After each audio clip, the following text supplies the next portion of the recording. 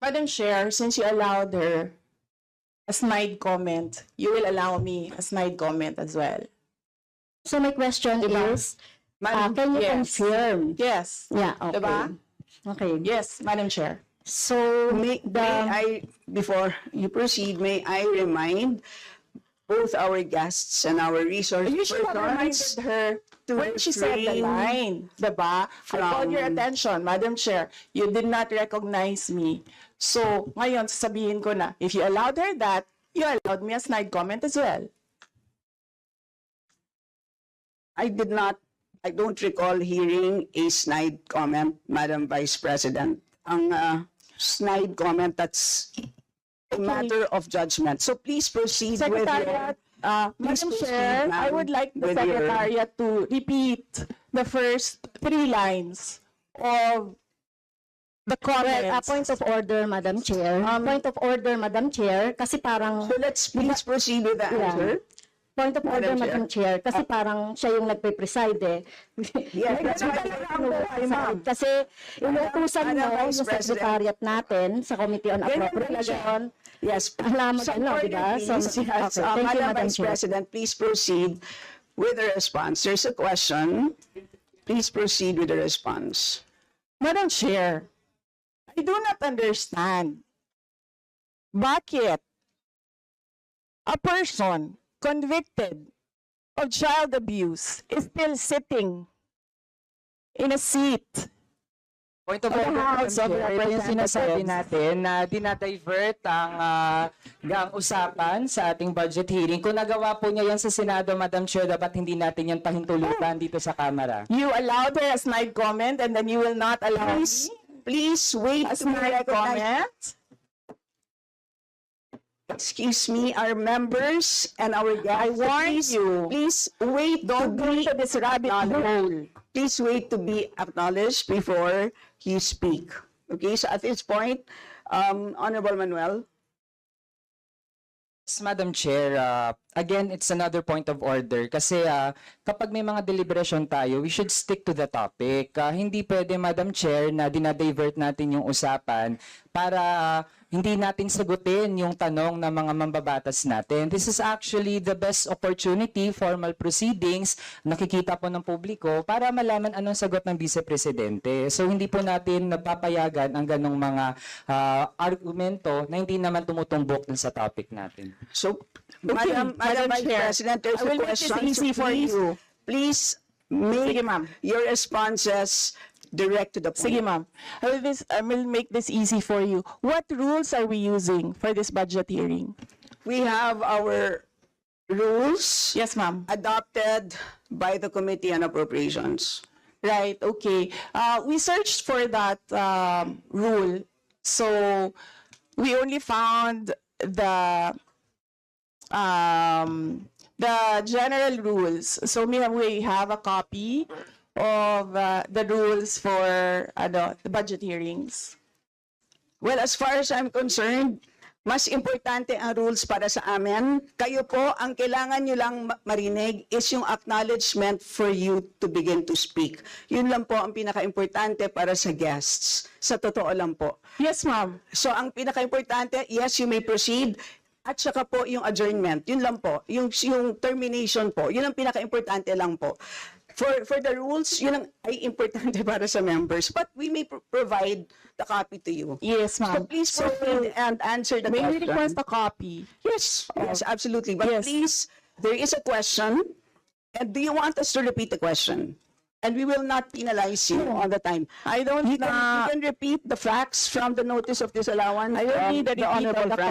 question. Yes, Honorable Franz Castro, you may repeat your question on the notice of disallowance, I believe. Yeah, tama, Madam Chair. So according to COA, the notice of disallowance is amounted to 73,287,000 out of 125. At ito po, Madam Chair, yung mga breakdown ng mga disallowed na mga na mga purchases. So reward payment of 10 million, payment of rewards, various goods, 34.857 million, payment of rewards, medicines, 24.93 million, tables, chairs, desk, computer, and printers, 3.5 million. So, ang question, Madam Chair, so yung letter A, B, and C, so nakita naman natin nandoon yung sa joint circular. How about yung ito, no? How about yung mga tables, chairs, desktop, computer, na umabot po ito sa 3.5 million. So, pwede bang maipaliwanag kung bakit ito pinurchase, Madam Chair? Madam Vice President. Madam Chair, I still request for the rules of the budget hearings. Okay, Vice President. gusto mo sagutin ko, ma'am. Yes, Madam. This is a hearing of the budget of 2025. Nasaan dito ang confidential funds? Yung tanong niya, Madam confidential Chair. funds. Nasaan dito? Honorable Madam Chair, friends, you may- ito yung continuing, ano ko pa to, no? Continuing questions pa natin noong 2024, during the last budgets.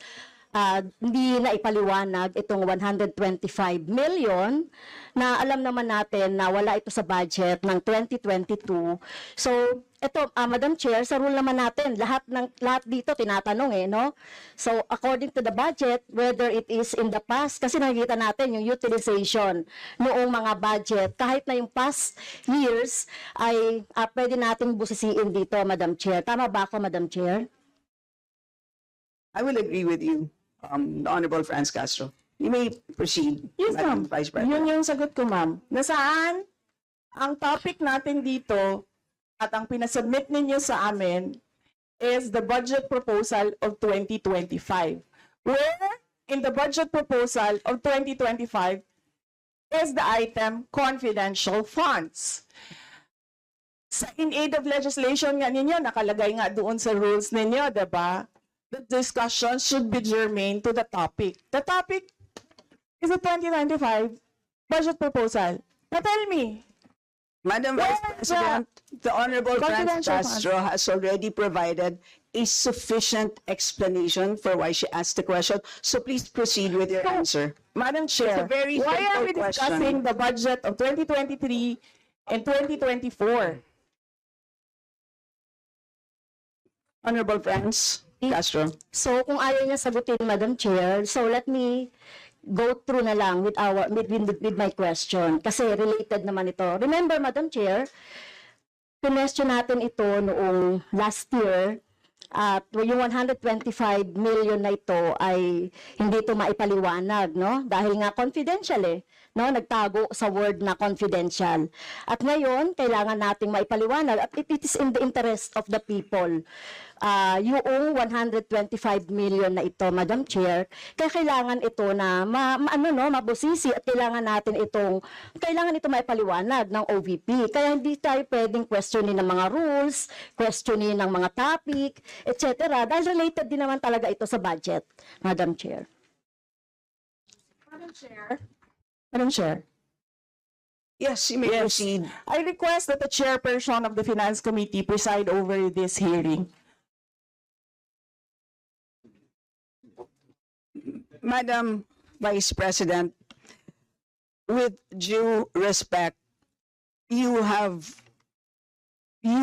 not allowed to do that, Madam Vice President. You are not allowed to introduce any motion.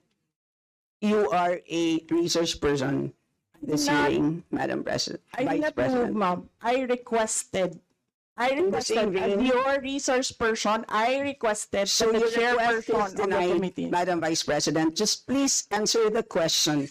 The issue on confidential funds falls squarely within our discussion of your 2025 budget.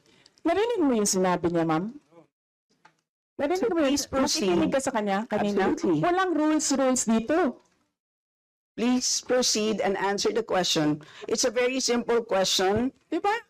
Please explain the specific spending on those items that she enumerated, amounting to a total of, Honorable Franz, do you want to Amounting repeat to a that? total of 73.287 million. So, dahil may notice of disallowance, so ibig sabihin, Madam Chair, illegal ito at not in accordance with the joint circular by the COA, DBM, and other related agencies. So kung ito ay dinisallow, so ibig sabihin, illegal yung paggamit nito. Madam Chair, nitong mga items na binanggit ko po, Madam Madam Chair. Chair, you Madam cannot Vice President. you cannot allow a member of the House to just claim that it is illegal. That is a Madam notice Chair. of disallowance. That is a procedure inside the Commission on Audit. Hindi sa upuan niya. Honorable friends. Okay, thank you, Madam Chair. So, thank you for the explanation, Vice President. Okay, next. According to accomplishment report of OVP, it spent 10 million for payment of reward. So, Madam Chair, in 11 days, ilang tao kaya at magkano kada tao ang reward? In fact, COA disallowed the whole amount spent by OVP for payment of reward. Hindi ba, Madam Chair, questionable ito? Madam Chair, the invitation letter that we received from the House of Representatives. Dear Vice President Duterte, the House Committee on Appropriations will hold briefings, hearings on the budget proposals of various departments, agencies, and corporations relative to the fiscal year 2025 National Expenditure Program as the basis of the fiscal year 2025 General Appropriations Bill. Nasaan? Sa presentation ko kanina, ang haba. Ang confidential funds. Honorable friends, Castro. Madam Chair, point of order lang ulit, Madam Chair. Kasi kailangan lang nating ma-establish. I would assume hindi naman po pinanganak kahapon ng ating resource person. Practice po natin sa Madam House Chair, that is a bago snide po- remark. na para po tayo ay makapagtalakay ng budget na pinopropose para sa susunod na fiscal year, chine-check natin paano din gumagastos yung mga ahensya even in the current year and in the past year. Also, Madam Chair, Section 162, Rulings as Precedents, rulings on questions raised by members shall form part of the parliamentary practice of the House. At practice po natin since time immemorial na hindi lang po ang proposed budget yung tinatalakay. Kasi yung performance ay dapat bahagi din ng discussion. Yun lang, Madam Chair. Madam Vice President. Madam Chair, the subject of this hearing is the OVP 2025 budget proposal. We do not have an item of confidential funds in the OVP budget proposal. Honorable friends. So, may I continue, Madam Chair? Isa mapatak na 3.64 million kada araw ang gastos, no, para sa food and medical aid. So hindi natin maintindihan, Madam Chair, paano ito ginastos in 11 days, no? It's 3.64 million kada araw dito sa item na ito. Madam Vice Do you want to President. comment? Madam Vice President. I did not call you, ma'am. It was Representative Arroyo who called you. The chair would like to remind both the resource persons and the members to please wait to be acknowledged before you speak. Yes, ma'am. So, Tinawag you mo mean, ako. yes, For what, ma'am? to respond. So any comment, Madam Chair, dun sa sinabi natin based dun sa accomplishment report. So kung gagamitan natin ng konting 3.64 million kada araw ang gastos para sa medical and food for 11 days. For how many people ba ito? Madam Chair, the topic and the invitation of the House of Representatives to the Office of the Vice President for this hearing is the 2025 budget proposal. There is no confidential funds in the 2025 budget proposal. Yes, Honorable Francie, may proceed. Yes, Madam Chair. So mukhang hindi na tayo sasagutin ng hindi na ako sasagutin ng ating Vice President. So sa bawat sagot kasi na ganyan ng ating Vice President, for the record, since ayaw magpaliwanag ang BP, so ibig sabihin nito, yung paggastos ng 125 million ay na pera ng taong bayan ay hindi maipaliwanag. So, yun lang, Madam Chair. Kaya hinihiling natin sa Vice President o OVP na kailangan na maipaliwanag itong mga sinasabing item dito. Anyway, Madam Chair, sa kanila naman ang galing, no, yung utilization of confidential and intelligence fund. And of course, ito lang naman ang hawak ko din dito, yung notice of disallowance. Kaya gusto talaga nating maintindihan, Madam Chair, kung ang notice of disallowance ay, so syempre, papaliwanag pa nila yan, kung paano, di ba? So, kailangan malaman din ng taong bayan na sila yung nagbibigay ng pondo para sa operations ng OVP at lahat ng mga agency. At kailangan yung maipaliwanag. So, hindi pwede yung ganyan na yung tactics na ganyan na parang parang sorry for the pusit, na kapag nasusukol na ang pusit ay nagaano ng maitim na tinta. So ayaw natin ng ganun, Madam Chair, kasi yung atin namang pinag-uusapan dito ay budget. No? So wag naman mag-ugaling pusit ang Office of the Vice President. May I ask if the resource person is required to answer a question that is related to a commission on audit notice of disallowance when she already said she's not going to answer. Also, the notice of disallowance is addressed to the Office of the Vice President. And just to make it clear, a notice of disallowance is not a judgment. It is a request. It is an order from the Commission on Audit for the particular office to explain what are the particulars. At saka hindi na yan legislation side. That is already on the accountability side in the budget cycle. So, my parliamentary inquiry, Madam Chair, is that nagsabi na nga siya na hindi siya sasagot and it is related to the COA notice of disallowance. And, just to add, sinabi na rin ni former President, it was thoroughly discussed in the previous year. In fact, tinanggal sa budget ng 2024 yung confidential fund. And we know that there's a pending case on that also. To discuss that further might somehow prejudice or be biased whatsoever. So, yun lang po, Madam Chair. All right, salamat. On your inquiry, the only requirement is to provide a direct response on the question. Meaning to say, a response that is directly related to the question. Meaning to say, kung may question at ayaw niyo pong sagutin nyo ng diretsahan na hindi po ako sasagot dun sa tanong. Ang problema po kasi, ang response ay naging hindi related dun sa tanong. Halimbawa, may tanong, ang sagot ay paglalarawan doon sa nagtanong. So hindi naman yon klaro na hindi yon directly related dun sa tanong. Kaya, yun po, I think it's a reasonable ask. If there's a question, you may or may not answer. You're not compelled. But you just please say, I do not wish to answer.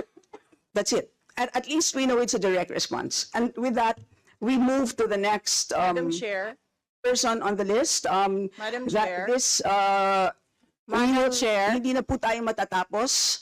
Yan ang sinabi ko sa iyo kanina. Ayaw mo maniwala sa akin eh. Aabot talaga tayo ng bukas dito. Diba? Madam Chair. Is this an inquiry regarding... He said, Yes, and Yes, please, ma'am. I remind also our Yes, ma'am. resource persons to please act in a respectful manner.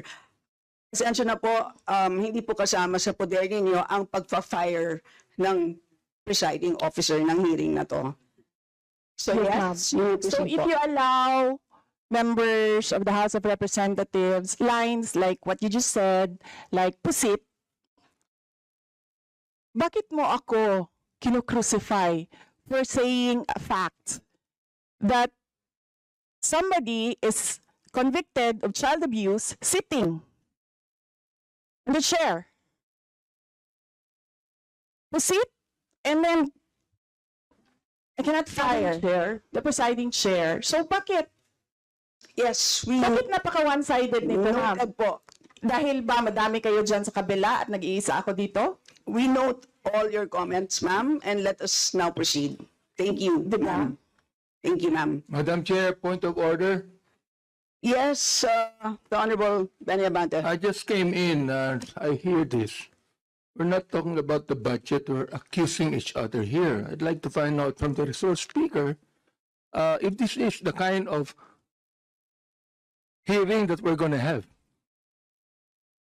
Sir, I am not the presiding officer of this hearing. I know, Yes, sir. but the thing is, you're asking questions, Madam Chair. The resource speaker does not have any right to ask questions. Or do you have? Where is that Madam Vice in your President, rules that Madam a Vice resource President, person this is a cannot budget hearing. request for Please, clarification? Some order, please. Some order, please. Yes, Honorable Benny Abante, you may proceed. I'm just asking a question to our resource speaker, you know, because she's asking a question and she's accusing some of the members of this committee. I just would like to find out if we are the ones that have the right to ask questions and her right is to answer the questions of the committee. Okay, so we Yun lang po sa akin yung point of order, Madam Chair. Yes. I think you understand me, Salamat. Madam Vice President, am I right? No, sir. I'm gonna ask the chair to ask you to clarify what are my Yeah, accusations. please wait to be recognized, ma'am. Pasensya na po. So again, I'd like to remind our resource persons that you are here, you're invited to answer, to present, and you've done that. Thank you very much. And at this point in time, you're here to respond to the questions of our members, and we request you to please respond in a direct way. So, with that, I'd like to recognize from the majority the Honorable Milagros Aquino Magsaysay. Hindi sa puntong gumiling ang Vice Presidenteng palitaan yung presiding chairperson ng House Committee on Appropriations na si Marikina 2nd District Representative Stella Kimbo. Sa pagdinig, ilang beses din naghain ng point of order si dating Pangulo at dating Pampanga Representative Gloria Macapagal Arroyo. Sa gitna ito ng mga pagtatunguhan ng iba ninyang mga kasamahang kongresista sa confidential funds ng pangalawang Pangulo. We note that, Madam former President, but of course we know that yung pong pondo ng 2023 ay of course pwede pa rin maging continuing appropriation hanggang 2024. So in the same way, 2022 pwede maging continuing pa rin 2023.